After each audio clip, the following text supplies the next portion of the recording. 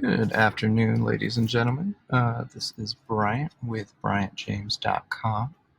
Today I want to come with a quick tutorial on how you too can get started in artificial intelligence generated art. It's a very fascinating field and there's a lot of great tools out there, and I want to introduce you to one called ArtBreeder today. Not going to focus too much on the technology aspect of AI in this one. But I do just want to give you a quick intro into what ArtBreeder is and how it works. So ArtBreeder is what is called a GAN, that is GAN, and that stands for Generative Adversarial Network. Really high level, it's pretty simple. The generative part, it creates art. The adversarial part is where it gets a little bit interesting. So a GAN is actually two separate AIs working together in one system. So you have basically your artist. The metaphor that gets used a lot is with art forgery. So you're going to have your forger who is generating new images. And then you have kind of your detective who's looking at that piece of art and saying, I don't think that's really art. I don't think that's an original. So you have two pieces of AI. One is generating the art, and then the second one, the adversary, is deciding, yes, that's art, or no, that's not. The idea is that the two kind of balance each other out, because the generator is going to get better and better at creating realistic art, and the discriminator is going to get better and better at deciding, yes, that's art, no, that's not art. And then the N in GAN stands for networks. It is based on neural networks, which, if you have any familiarity at all with AI, is going to at least ring a bell. We don't need to dive into how those work too much. But for the purpose of this tutorial, I just want to give you a quick peek at kind of the artwork we'll be generating. Like I said, the system we'll be using is called ArtBreeder. It's a online hosted GAN. And the way it works is by combining images and taking features of each image and kind of merging them together. So here's kind of a sampling of images they've generated over time for portraits. And each of these portraits is generated by pulling in separate images. Now, as for the system itself, it is artbreeder.com. Links will be accompanying this post. When you first load in, you'll be prompted to create a profile, and then you'll be able to see a nice list of kind of recently generated images. Some of them are rather creepy, like this Jeff Giddens one. Oh god, that is, okay, it's worse. Let's get out of there.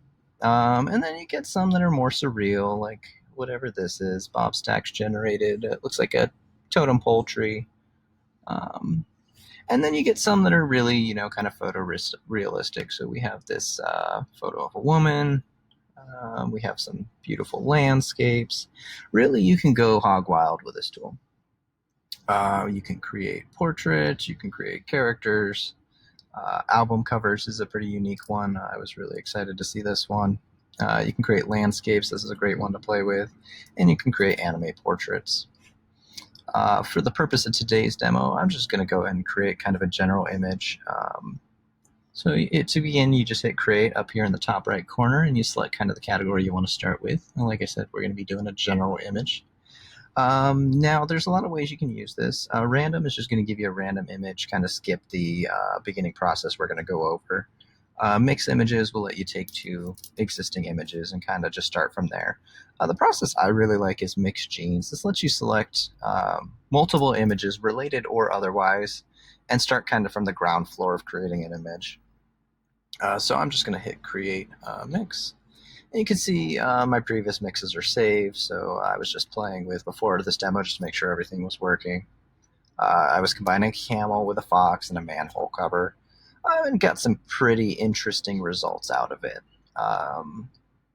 Let's see, actually, if we can go ahead and pull that up. So you can see from that mix, after a little bit of tinkering, we got this crazy lion bear thing. He was a fun one to make. So let's go back. Sorry.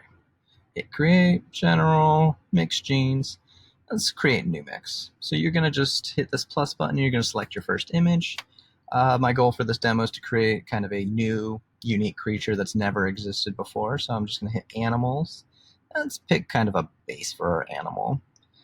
Now, one thing you'll notice, these aren't real photos. These are all images that were generated by other users. So they're all a little bit off. But that makes it fun. So I'm gonna do this chimpanzee. There we go. And you can see it's already going crazy. What it does is it automatically mixes it with other images. Since we haven't supplied a second image, I am going to go ahead and supply a second image though. So we're going to mix our chimpanzee with a gazelle. You can see we're getting some zany things. If you want, there's this little blue ball. This little blue ball is a kind of weight. It's a slider, so you can slide it up and down. So we can give it more gazelle, less chimpanzee. We can give it more chimpanzee. We can go less gazelle. We can do a whole bunch of things. Oh, look at this one. Oh, shoot. Score. So we're going to take this little guy. So if you like one, all you have to do is you hit the plus button on it. And you just click on the image, and there's your image. And we can start really playing with it. So the first thing you'll notice is there's this children's tab. So what it'll do is it'll take, or let's do this. So you can see our image is made up of 3 genes. So one of the genes is the chimpanzee image we have. One is the gazelle image we have. And then there's a slider chaos. Before I play with it, I'm going to save that value. But you can make your image more or less chaotic. Oh, actually, that's really nice. So if we make it a little less chaotic, so you can see there's this concept of genes that we inherit from our images. I'm going to go ahead and save that and open that one up. But so you can see what it's done when it first loads up. These children are actually where it's played with the genes automatically and says, hey, here's 6 images that are similar to what you did. And if you like one, you can click on it and continue with that one. The process I like to take is the crossbreed. So what you can do is you can take this image and you can mix it with another image. So let's go ahead and let's look at the trending images, see if there's anybody who's worked on something cool. This thing is creepy. Let's do that. Oh, God. Oh. Oh, Lord. It's perfect. It's beautiful. So you can see what it's done is it's taken my image and it's taken their image and it's begun really playing with it. This little slider will say, hey, make it more like your image, make it more like their image. Oh, it looks like this chimpanzee is ready to go to war with Britain. That's what that looks like. I love it. All right, that's perfect. If we didn't love it, we could hit reset, but I'm going to hit save. So let's save. Boom, and we click on that. We open our next image. All right, so, oh God, these get creepier and creepier. These are perfect. So what you can do, you can go into edit genes. So we can see that image we brought in a whole mess of new genes. So we have our chimpanzee and our gazelle. We also now have wig, volcano, sea anemone, mask, bubble. We just have a whole bunch of genes we can play with. Manhole cover. Let's make a little less manhole cover. Oh, maybe a little more manhole cover. That's too much manhole cover. Ooh, let's just 0 manhole cover. Perfect. So you can come in and play with these. The results get really unpredictable really quick, which is part of the fun. Oh, that's pretty. You know what? What if we set our chaos to 0? I don't like that. So you just keep on playing with it. You know what? This is perfect, though. You know, I think we might have struck gold with the first one. When you get one you like, you just hit that save button and you bring it up. And I mean, that's you just keep doing that until you're happy with your image. Couple cool things now. So I'm just going to say this is my image. This is the one I love. So there's a couple cool buttons here at the bottom. This one right here will actually show you the history of your image. So you can pull it up and kind of see the various iterations it went through. So you can see when I pulled my image in, when I pulled this other user's image in, you'd see the history behind their image. This one's actually pretty linear. This person spent a lot of time just playing with theirs, but you can see where it's split off and they combine more images. They split off again. This one's actually a lot more linear than previous ones I've done. Let me go find that little bear I did. So if we look at this bear over here and look at his history,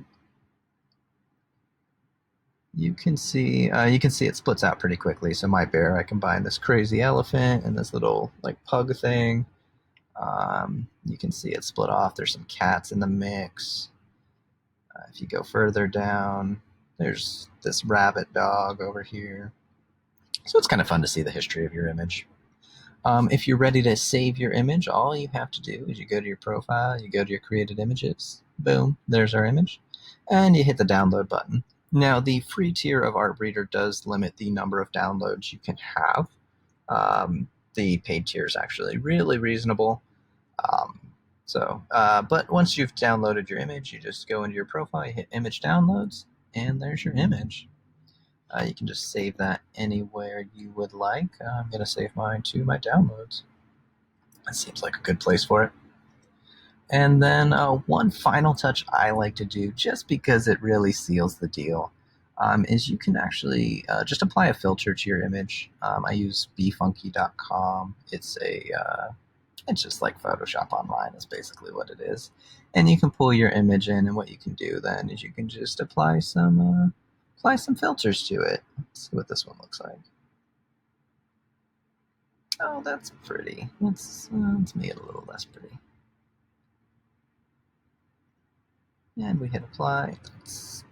I don't know if I like that. But you can just kind of go in and play with your filters. Try this one. It just really seals the deal, makes it really feel like it's art. Let's turn that way back. Oh, that's better. That's much better. Perfect. And once you're done, you just hit save. You save to your computer, and you hit save again. And there it is. That is our image. It's beautiful. We made it ourselves with AI. And then, like any good piece of art, what we do is we go to social media and we share that. So we're just gonna share that.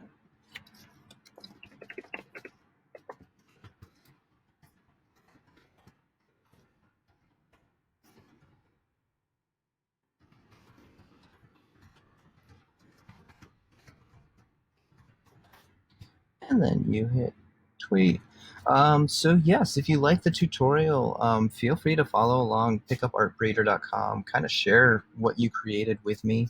I am on Twitter at Brian James Tech. You'll find links accompanying this post. If you're interested in some of the more business aspects of AI, I do write on that. I am on Medium.